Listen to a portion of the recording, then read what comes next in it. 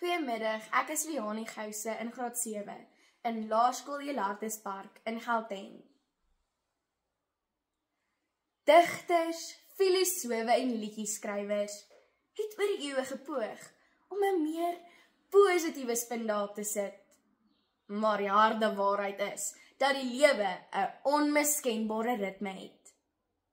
Jy word gebore, jy leer jou dood, jy werk jou dood en dan gaan jy dood. Voorsitter, dames en here, ek glo dat die ritme van die lewe is agterste voor en onderste bo. Eerstens, kom ons kaalsterk en pennieloos in 'n welvaartgefokuste wêreld in. Dan streef ons lewe deur om kennis op te doen, net om dit weer te vergeet. En laastens, groei ons liggame van kruipende baba tot lopende volwassene, net om weer as bejaarde te krimp. As jy my vra, is daar waarheid in meneer Fitzgerald se boek, The Curious Case of Benjamin Button, wat later tot my pa se misnoë in 'n fliek verfilm is. Hy sê, daar's min dinge in die lewe wat hom so ongemaklik maak, soos 'n baba met 'n ou mens gesig. Maar, afgesien daarvan, maak dit net sin dat ons lewens omgekeerd begin. In plaas daarvan om platsak gebore te word, behoort ons eerder die wêreld te betree met ons lewensrykdomme. Volgens Robert Kiyosaki, Amerikaanse besigheidsman, benodig mens geld om geld te maak. In sy bekende boek Rich Dad Poor Dad, eers gepubliseer in 1997, skryf hy dat die sleutel tot finansiële onafhanklikheid is die vermoë om bates te bekom wat vir jou 'n inkomste genereer. Geen wonder my arme ouers brand die kers aan beide kante nie. Daar is nie geld om te belê nie. Ons skip lê soos die Titanic op die bodem van die see. Maar dink net, as my ouers met geld in die wêreld gekom het ons nou soos die Ruperts gelewe. Die ritme van die lewe is retrograde, want wanneer ons bo moet wees, begin ons heel onder. My oupa is so slim soos 'n boom vol uile. Maar as ek nog een keer die storie moet hoor van sy karlisensie en die poskantoor, eet ek so ware motbol. Ou mense, vergeet alles. En dis nie net ek wat so dink nie.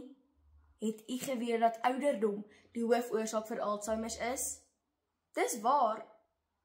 Ek lees in 'n artikel geskryf deur Dr. Siobhan Addy, 'n navorser in die veld van molekulêre en selbiologie, gepubliseer op die National Institute of Aging se webtuiste op die 2 Julie 2024, dat 1 uit elke 13 mense bo die ouderdom van 65 jaar Alzheimer ontwikkel en 1 uit elke 3 mense bo die ouderdom van 85 jaar. Die vraag is dus nie of ons gaan vergeet nie, maar wanneer? Geen wonder my oupa se hooftydsverdryf is om na sy goed te soek nie. Daar's geen waarde in kennis as ons nie kan onthou om dit te deel nie. Maar juis wanneer ons klanke skerp moet wees, is dit stomp. Die heel ergste vir my van ons agterste voor onderste bo lewensritme is nie dat ons platsak gebore word of alles aan die einde van ons lewe vergeet nie, maar dat ons krimp. Ek kan nie bekostig om nog korter te word nie. Ongelukkig volgens ruggraatchirurg Dr. Zachary Gordon in die artikel Waarom mense korter word soos al verouder, gepubliseer op die 4 Oktober 2024 op The Science of Health se webtuiste, is ons spinale skyfies nie gemaak om vir ewig te hou nie. Hy sê ons kan verwag om tussen die ouderdomme van 30 en 70 jaar 6 cm te krimp en na die ouderdom van 80 jaar nog 3 cm te verloor.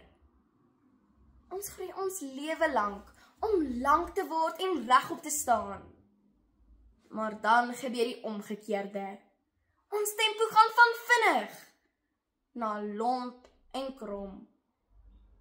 Dames en here, Ons lewensritme is agterste voor en onderste bo. En nie die strelende klanke van 'n snaarorkes nie, maar eerder die kakofonie van onheilsnote. Juis wanneer ons geld benodig, het ons niks. Ons leer en doen kennis op, net om dit weer te verloor.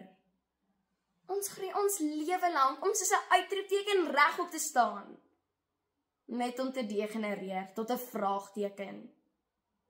As jy my vra, klink die ritme van die lewe minder soos Kerdern se hop op spinnekop en meer soos die gedig Ek sal sterf en na my vader gaan van Breitenbach. Vriende, medesterwendes, moenie huiwer nie.